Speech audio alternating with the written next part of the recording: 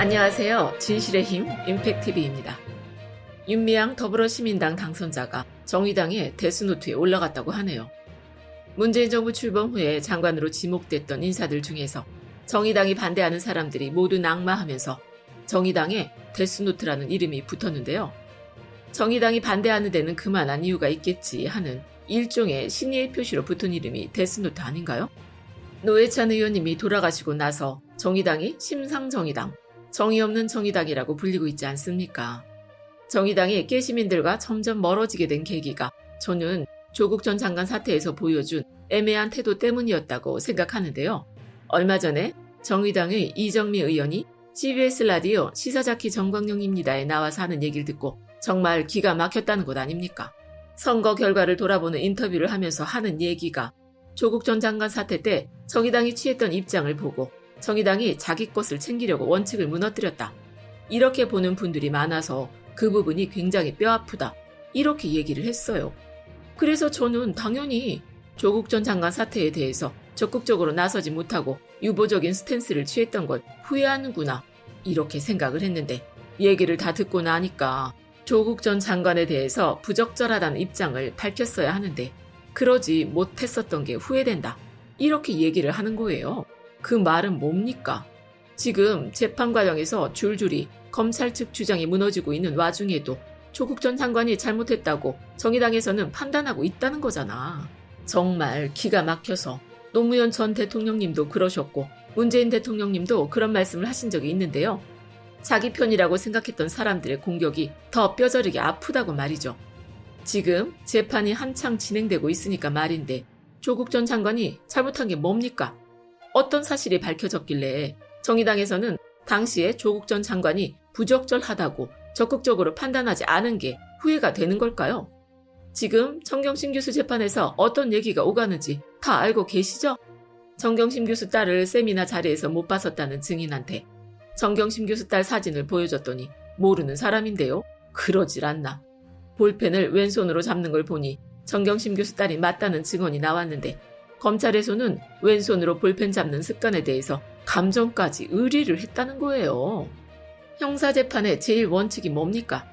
유죄 판결이 나오기 전에는 무죄라는 무죄 추정의 원칙, 그리고 유죄 입증의 책임은 검찰에 있다는 것 아닙니까? 지금 검찰이 법원에서 하고 있는 걸 보면 검찰이 주장하는 걸 정경심 교수 측이 아니라고 증명해야 하는 것 같잖아요? 정경심 교수 딸이 찍힌 당시 사진들이 멀쩡히 있는데도 검찰 측 증인이 나와서 아닌 것 같다고 하면 마치 그게 사실인 것처럼 언론을 통해서 알려지는 것도 모자라서 그게 본인이 맞다는 걸 증명해내라는 요구까지 받고 있다는 것 아닙니까? 검찰에서 내민 증언이 또 하나 뒤집힌 게 있는데요. 정경심 교수 딸이 서울대 의전원 1차 서류 전형에 합격한 이유가 서류 점수가 높아서였던 것 같다. 그러니까 스펙 쌓기를 통해서 서류 전형 점수를 높여서 실력도 안 되는데 서울대 의전원에 1차 합격했다는 취지로 검찰에서 증언을 했던 사람이 있었거든요. 그런데 그 사람이 재판정에 나와서는 자기가 공판 준비를 하면서 잘 살펴보니까 서류 점수가 136명 중에 108등이더라.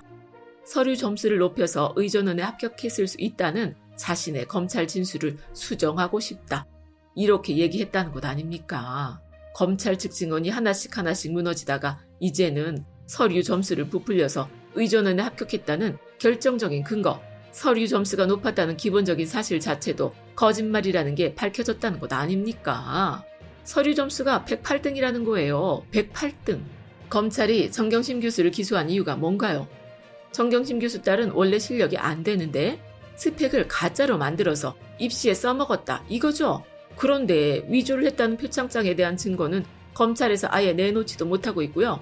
논문 1저자로 올라갈 만큼 일을 했네 마네 하는 그 논문은 입시 서류에 아예 써넣지도 않았다는 거예요. 세미나 장소에 안 가놓고 갔다고 거짓말을 한다길래 현장에서 있었던 사진을 찾아다 줬더니 그게 당사자가 맞는지 증명을 하라고? 하긴 김학의 별장 동영상을 보고도 그게 법무부 차관이 맞는지 아닌지도 가려내지 못하는 동태 눈깔들이 그걸 알아볼 턱이 없죠. 그런 눈은 뭐하러 달고 다니나 몰라요. 재판이 이 모양으로 진행되는 걸 보면 당연히 검찰이 말도 안 되는 일로 조국 전 장관 가족들을 괴롭혔구나. 이렇게 생각해야 맞는 것 아닙니까? 그런데 조국 전 장관에 대해서 정치적 판단을 확실히 내렸어야 한다는 이정미 의원 말은 정말 이해할 수가 없네요. 그걸 반성해서인지 이번에는 정의당에서 아주 제때의 입장을 밝혔는데요. 윤미향 당선자의 해명을 더 이상 믿기 힘들다. 민주당이 책임있게 나서라. 이렇게 말이죠. 민주당에서도 사실관계가 우선 확인돼야 한다는 입장을 고수하고 있는 마당에 정의당에서 조국 전 장관이랑 윤미향 당선자 등에 꼭 이렇게 칼을 꽂아야 되겠습니까? 21일에 김태년 민주당 원내대표가 입장을 밝혔는데요. 민주당에서는 정 의원 회계장부를 들여다볼 권한이 없고 감독기관이 있는 만큼 사실관계가 밝혀질 때까지 기다리겠다고 하면서 30년 동안 우리 사회에 이 문제를 공론화시키고 국제적으로 연대하고 보편적 인권 문제까지 승화시키는데 많은 역할을 했던 운동 자체가 폄훼돼선 안 된다고 강조를 했어요.